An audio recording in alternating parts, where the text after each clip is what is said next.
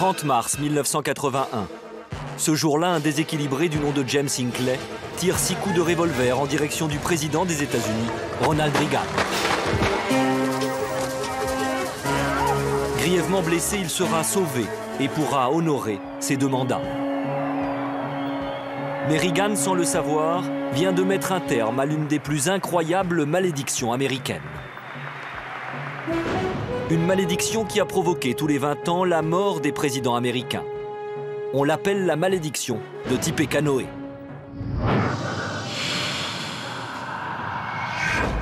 Lafayette, dans l'état de l'Indiana. C'est dans ce berceau de la civilisation indienne que tout a commencé au début du 19e siècle. À cette époque, les colons blancs, emmenés par le général William Henry Harrison, sont en guerre avec différentes tribus. À la tête de la Confédération indienne, un homme décide de résister à l'envahisseur. Son nom, Tecumseh. Tecumseh était le chef des tribus qui étaient restées pour conserver leurs terres. Il a dirigé toute une confédération. Chef de guerre respecté et redouté, Tecumseh va remporter de nombreuses victoires contre son rival, le général Harrison. Sur les documents d'époque, et notamment les rapports issus de l'état-major des armées, on peut lire des messages qui disent clairement « Cet homme est de plus en plus fort, l'influence de Tecumseh est de plus en plus grande, il est devenu un danger pour les États-Unis. » Pour le président des États-Unis et le général Harrison, Tecumseh est l'ennemi public numéro 1. Et à force d'offensives, les relations entre les deux camps aboutissent à une bataille historique.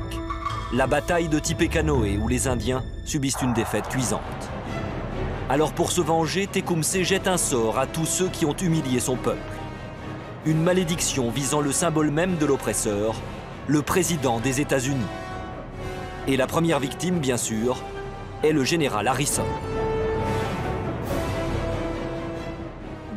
Que cela soit vrai ou pas, on rapporte effectivement qu'il existe une malédiction de Tecumseh, car Harrison est mort très peu de temps après son entrée en fonction en tant que président.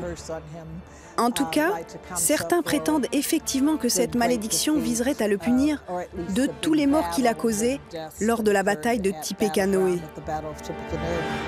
La légende prétend que chaque président élu une année se terminant par le chiffre 0 va mourir de façon brutale avant la fin de son mandat. Le fait que l'on puisse relier cette légende à la vérité historique, puisque tous les 20 ans nous avons eu un président mort brutalement, vient corroborer la théorie de la malédiction.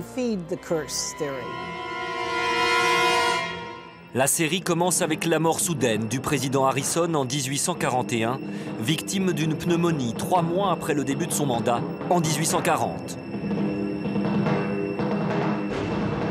Et la malédiction continue. Abraham Lincoln, élu en 1860, est assassiné 5 ans plus tard. James Garfield, élu en 1880, est sauvagement assassiné en 1881. William McKinley, élu en 1900, est lui aussi victime d'un assassinat en 1901. 1920, Harding est élu président.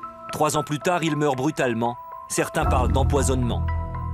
Franklin Roosevelt, élu en 1940, meurt 5 ans plus tard d'une hémorragie cérébrale, quelques semaines après avoir signé les fameux accords de Yalta.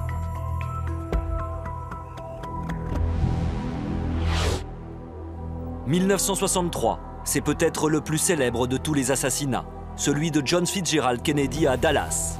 Kennedy tombe sous les balles de Lee Harvey Oswald. Il avait été élu en 1960. Harrison, Lincoln, Garfield, McKinley, Harding, Roosevelt, Kennedy, la malédiction de Tecumseh semble ne plus s'arrêter. Mais en 1980, un certain Ronald Reagan est élu à son tour. Certains prétendent que la malédiction a été rompue avec Ronald Reagan, qui a survécu à l'attentat dont il a été victime. Sérieusement blessé, Reagan va survivre. Alors aurait-il réussi à briser la malédiction? Quant à George W. Bush, élu en l'an 2000, il vient de terminer son second mandat présidentiel.